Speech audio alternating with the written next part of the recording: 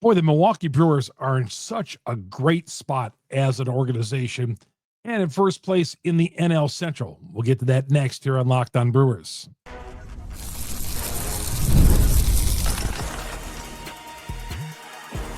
You are Locked On Brewers, your daily Milwaukee Brewers podcast, part of the Locked On Podcast Network, your team every day. Haven't been too many times in our lifetime where we can say, hey, look at us. We're the Milwaukee Brewers. Yeah, I know. No championships, no world championships, one World Series appearance. I get that. But right now, with what the Milwaukee Brewers have going on, there is so much to like, not only about this team, but about the organization in general. And I'm going to tell you about that coming up here. In addition to wrap it up last night's great victory over the Chicago Cubs, the team that is so envious of the Milwaukee Brewers and their fan base. Brewers make a trade as well. And we'll get to all that coming up, and a player transaction as well. We'll get to all that coming up here in a little bit. Chuck Freimund, Locked On Brewers host, proud host of Locked On Brewers, longtime sportscaster here in the state of Wisconsin. Now, here's the reason why. One of the many reasons why the Brewers should be an envy of many teams out there.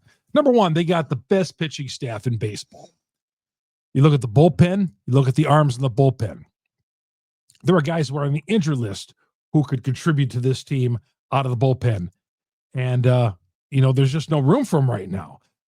Starting rotation. The Brewers have 9 legitimate starting pitchers.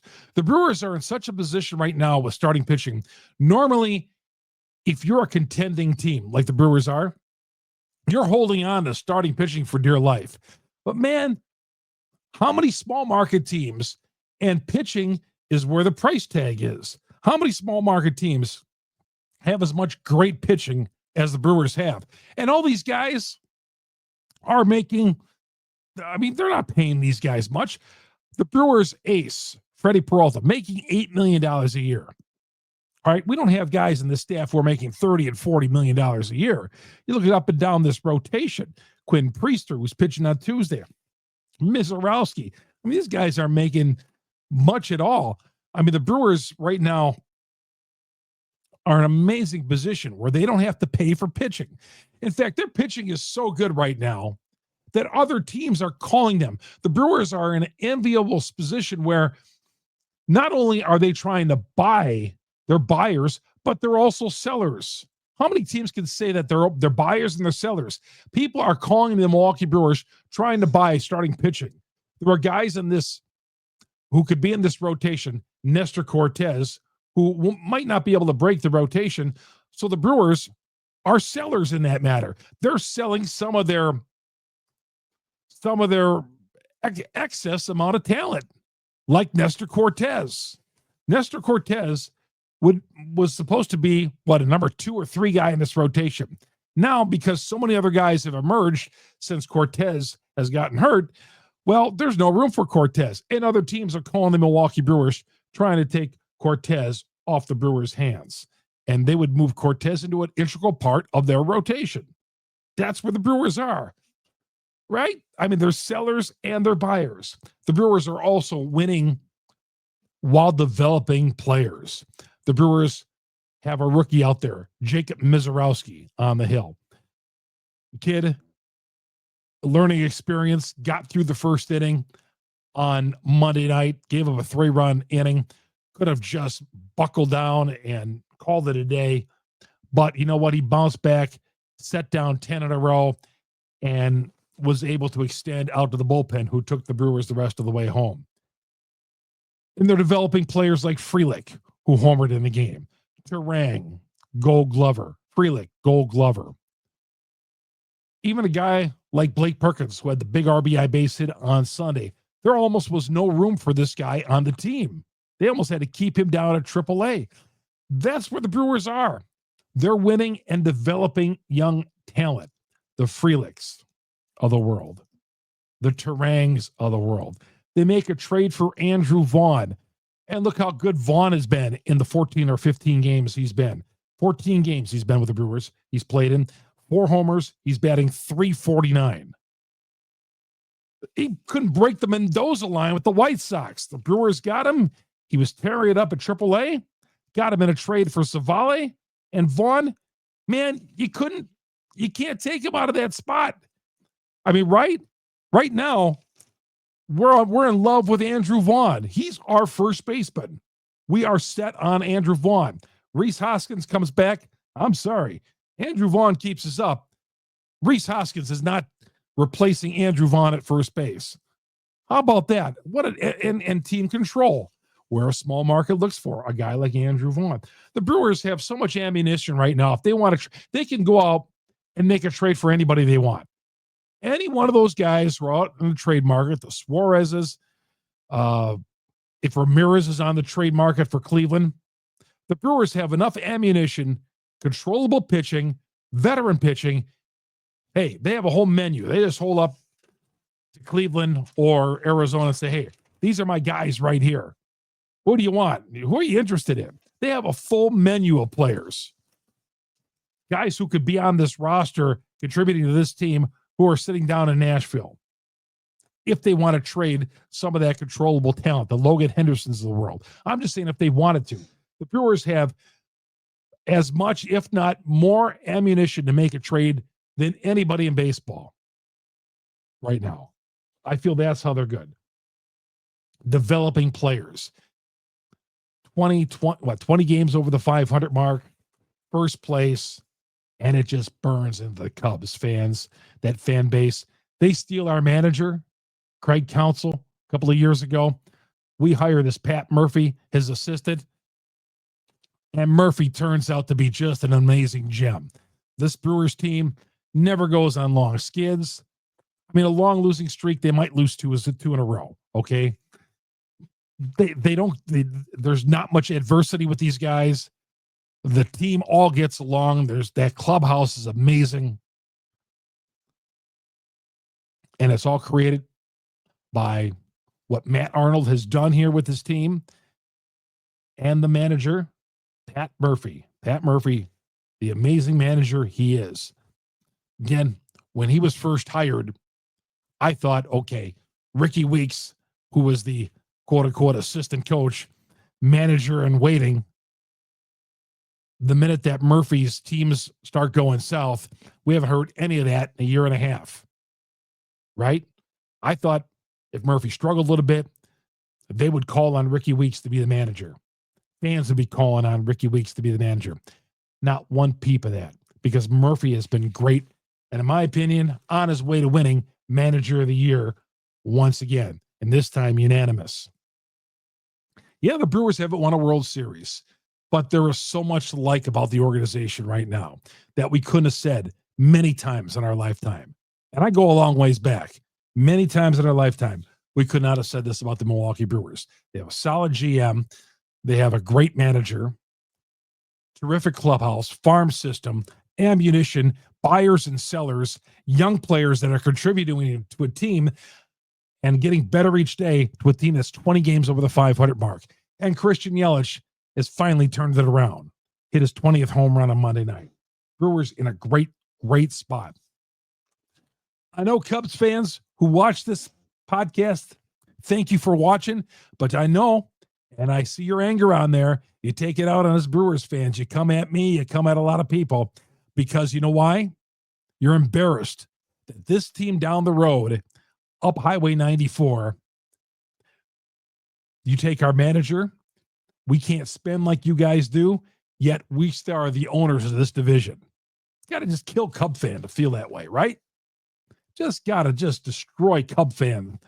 You know, they want to win so badly down there, yet they look up 94 and they see the Milwaukee Brewers doing it with bargain basement talent, doing it with guys nobody's ever heard of before, just nickel and diming their way to victories, and the best starting rotation in baseball. Just gets under the skin of Cubs fans, and I love it. A little quiet after that first inning.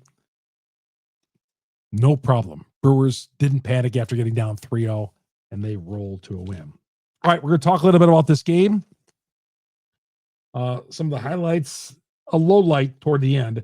We'll get to that. Brewers also make a trade for a catcher. Hopefully they're not done with that as far as the trading market. I don't think so. According to all the national guys, the Brewers are very involved. As I said, sellers and buyers. I'm more concerned about them being buyers. But we'll get to all that coming up next. Chuck Freimund here on Locked On Brewers. Part of Locked On Podcast Network. We are your team every day. Gameday Hue, a great sponsor, new sponsor here of Locked On Brewers. If you want, let's say, Milwaukee Brewer fans out there, you want a hat or you want a golf club with your team's colors, Gameday Hue makes clean, no logo gear with team-inspired colors for every pro and college base. You want Badger ones, you get the Badger colors on it. Not the logo, but you're going to get the Badger colors. Letting your colors speak for you. No giant logos, just smart, versatile work that works on game day, on the course, in between. I got a batting glove that looks great with the Brewers colors.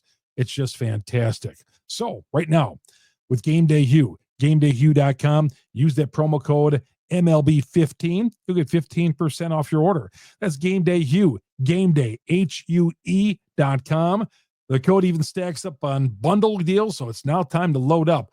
Let your colors do the talking because colors speak louder than words with Gameday Hue. Use that promo code MLB15, 15% off right now with Gameday Hue. Good to have you along here on Locked On Brewers. And by the way, maybe you stumble on us on YouTube tonight, looking for Brewer Conversation or early on Tuesday morning. Hey, our podcast, we drop it on Google, Spotify, Apple. We're on all the major downloads up there. Wherever you download an audio podcast, just look up Locked On Brewers. Subscribe to it, hit the alert button. That'll alert you every time we drop an episode. We're here daily talking Brewers baseball with you. And if you're already on the audio platform, like so many of you guys are, a guy today I ran into at the ballpark, got there early today, 3:00 or so. And he asked me, I told him, I said, oh, the podcast, do you watch it or you listen to it? He said, no, I listen to it. I said, we're on YouTube as well. Oh, so he's going to become a subscriber. Go to YouTube. You got our beautiful Locked On Brewers studio. We talk Brewers with you. Hit the subscribe button, hit the bell. That alerts you every time we drop an episode here on Locked On Brewers. And by all means, if you ever have a Brewer question, you want to talk about anything, drop me a line on Twitter, Chuck Freimund, Freimund. DM me, ask me a question. If you DM me, I will always get back to you. And obviously, I've thrown this out as well. If you're calling from somewhere outside of Milwaukee, let me know where you're listening from or watching this podcast. Always want to hear. I've heard from people all over the world, and I absolutely love it. And I couldn't do this podcast without you great Brewers fans out there. All right. Brewers get the win. Yeah, they got down 3-0. Miz, 7 strikeouts, set down 10 in a row. That first inning was a little odd. Threw the ball away, and it looked like it was going to be just one of those days for Jacob Misiorowski. But then he bounced back. Yelich said after the game, he said, you know what? This was my favorite Jacob Misiorowski start because he showed some poise out there. Murphy kind of said the same thing. He said, we learned a lot about Jacob Misiorowski tonight. Not a thrower, but a pitcher. Bounced back and, didn't call it an early shower, did not unravel. The kid showed some poise out there, bouncing back against the Cubs for a first time. Standing room only. Cubs at home for the first time. Standing room only. And, a great crowd on hand. A very vibrant crowd. And the Miz. I mean, look at some of the spots that he's pitched in so far, including New York. He's been in some big moments so far. Big, tough moments. And the kid has survived. And, the Brewer offense bailed him out. Got down 3-0. And I've been saying this about the Brewers all season long. Offense has got to bail out the pitching once in a while, and it did. And the pitching ended up bouncing back. Miz hung it up after a couple of innings, 7 Ks, set down 10 in a row, bridged the gap to the bullpen. And, Yoho, who was just called up, walked 2 guys in the 9th inning. You wouldn't have liked to have to use McGill to strike out Suzuki to finish out the game on 3 pitches, but you went for him. Yeah, didn't really want to have to use him in a game that is 8-4, but you did, and you locked it down, and McGill threw 3 pitches and called it a day. How about Churio throwing out Michael Busch, trying to go from first to third? Can't be running on my guy Churio out there. Goes from first to third, guns him down. What a dumb base running error. I mean, the Cubs got a little momentum going, and he tries to do that. They got to run in. They got a base hit up the middle, and Bush gets thrown out going from first to third. Thought that was a little momentum crusher for the Cubs. And you know what? The Brewers, stupid baseball against the Brewers, and the Brewers will make you pay every time. Churio's hitting streak did come to an end at 20. You know, I don't know if we talk enough about Churio. I mean, we do, but we don't. I mean, Churio has a 20-game hitting streak, and there's just so many other parts. Now, the kid is 21 years old, having another fantastic year, big moments left and right, hitting balls off the wall, hitting home runs, clutch hits. I mean, we should never take what Churio is doing for granted, because another kid, and I mentioned before, Frelick and Terang are growing. I mean, I almost overlooked Churio, thinking that guy is like a 9-year veteran, because he acts and plays like it. He fits in so well on this team that Churio, man, we're playing. Another great thing to like about the Brewer organization, got this guy locked up for a long-term contract, buying him out of a few years of arbitration. And that's another thing. We got a superstar who's going to be around for a little bit with this team in Jackson Churio. And yeah, let's not take it for granted. The kid had a 20-game hitting streak coming to an end. So many big moments he's been in with this team already this year, in addition to what he done last year. Jackson Churio, another great thing to like about the Milwaukee Brewers. Yelich hits his 20th home run, first time since 2019 that he's hit the 20 home run plateau. It's been a few weeks since he's hit a home run. He went on a little bit of a freeze there. Frelick hit his 8th of the year, and that 25 pounds that he's put on. I know Murphy doesn't like to see have people talk about Frelick hitting the home runs. He wants Frelick still to be his, to do what he can to get on base. He didn't want Frelick to muscle up and hit home runs. I mean, sure, he likes it, but he says that's why Sal's not there to hit home runs. He's there to get base hits, get on base, and create havoc on the base paths, and that's what he does, in addition to playing great defense. And I didn't even mention Ike Collins. His 2-run single put the Brewers ahead 4-3. Ike Collins not only playing great defense in left field, ideally a 4th outfielder, but he has just been amazing. Ike Collins just has the clutch gene. How many times has Isaac Collins come up with a big hit for this Milwaukee Brewers team? All right. So that was the game. Brewers go on to win. And McGill said after the game, this might be the best rivalry in baseball? I'm going to table that and talk about that some other time. The Brewers did make a trade. They got Danny Jansen, the Appleton West product. Anything of Danny Jansen, you think of mostly him in his 7 years with the Blue Jays, played the Red Sox for a little bit, for a year, and signed a deal with Tampa. He was owed $8 million this year. Brewers got some cash from Tampa in this, and the Brewers will be on the hook for, there's an option year for 2026 for $12 million. And I believe there might be a little bit of a buyout on that, but I know there's an option for Jansen for 2026. At first, when I saw Jansen, I was like, oh, please, not Kenley Jansen. We don't need that. Even though, Kenley has had better years. Don't need Kenley Jansen on this team. But Danny Jansen, and I understand what the reason why they got him. Contreras has got that hand injury. And Murph said even on Monday night, he said, well, just resting Contreras a game is not going to help that hand injury. It's just not going to do it. But Contreras is really, as we've been mentioning a while, been dealing with that hand injury. And Jansen provides better offense than Eric Haas. They didn't want to DFA Haas. Hopefully, he'll clear through waivers and they can put him away at AAA Nashville. We'll find out here very soon if Haas is going to remain in the organization. But they DFA'd Haas. A classic example is this team's looking to get better. They're not looking to make friends. They're looking to get better. So they saw they could get better. They think they can get better with Danny Jansen as a backup catcher instead of Haas. And Jansen got off to a slow start offensively this year, starting to turn it around, has some pop with that bat. He got career high, like 17 home runs in his career. But 30 years old, 73 games with the Rays. He's got 11 homers. He's batting .204. But he early in the season, it was really bad for Danny Jansen. But he's turning himself around, and he's going to play an integral part in this team. He's going to see some time, and we'll see if they buy more time with having Jansen there, if they feel more comfortable playing Jansen more at catcher. Defensively, Haas was not great defensively.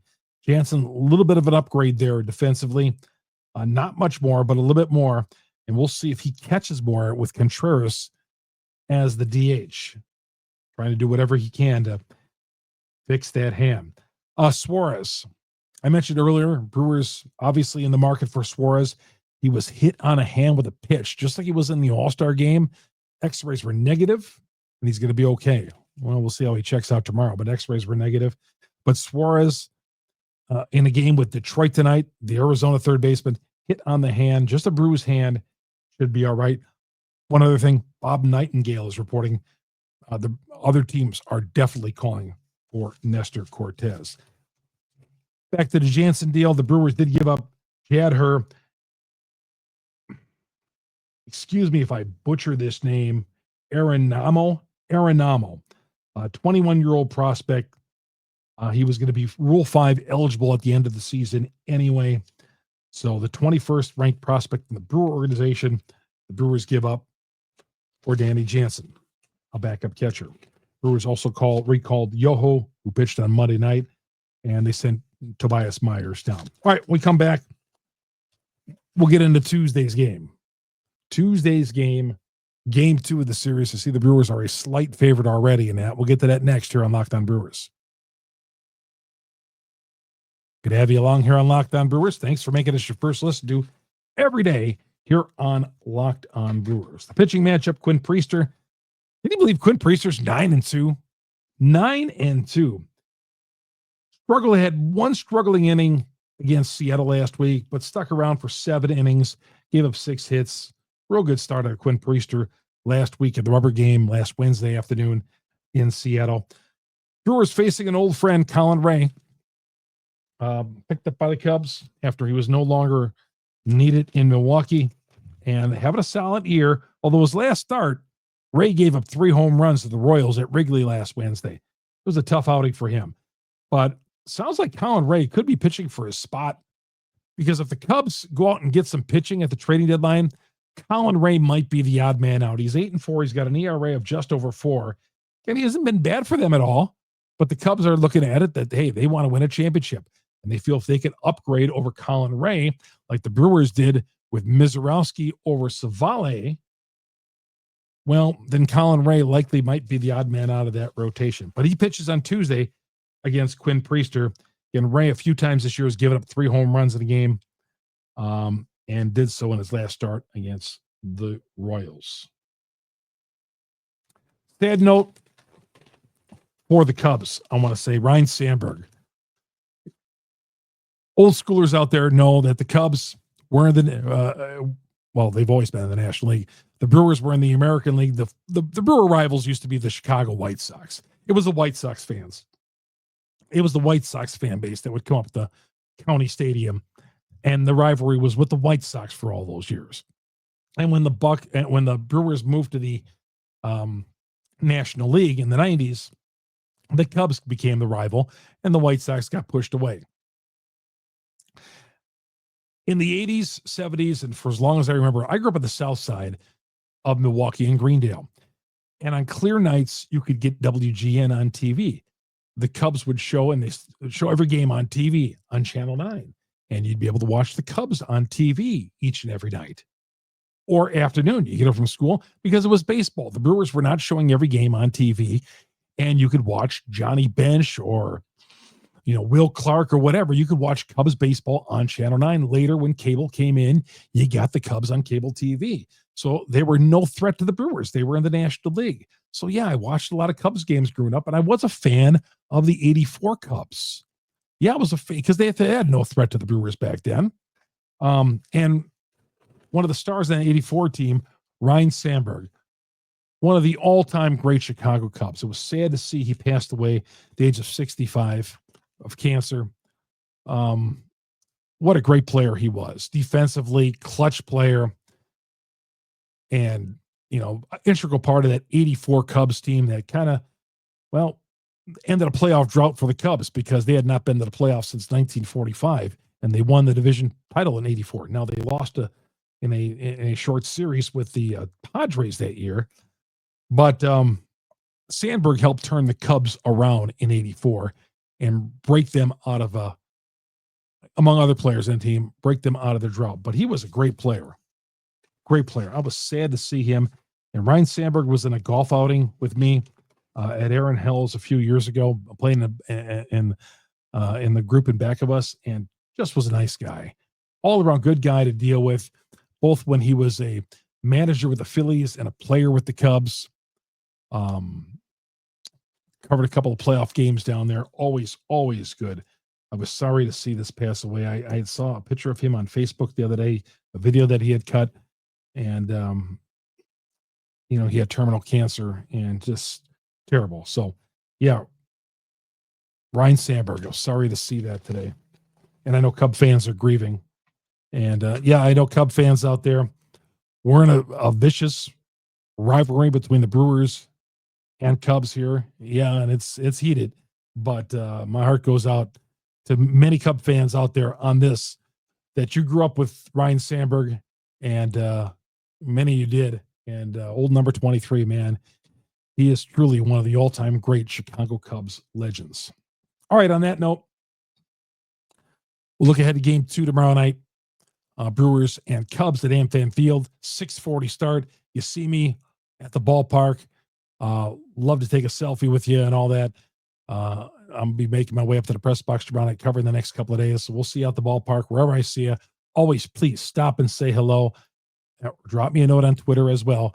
Chuck Freimund, Freimund. And most importantly, Brewer fans, thanks for making us your first listen to every day here on Locked On Brewers. Locked On Brewers, part of the Locked On Podcast Network. We are your team every day. Have a great Tuesday, everybody.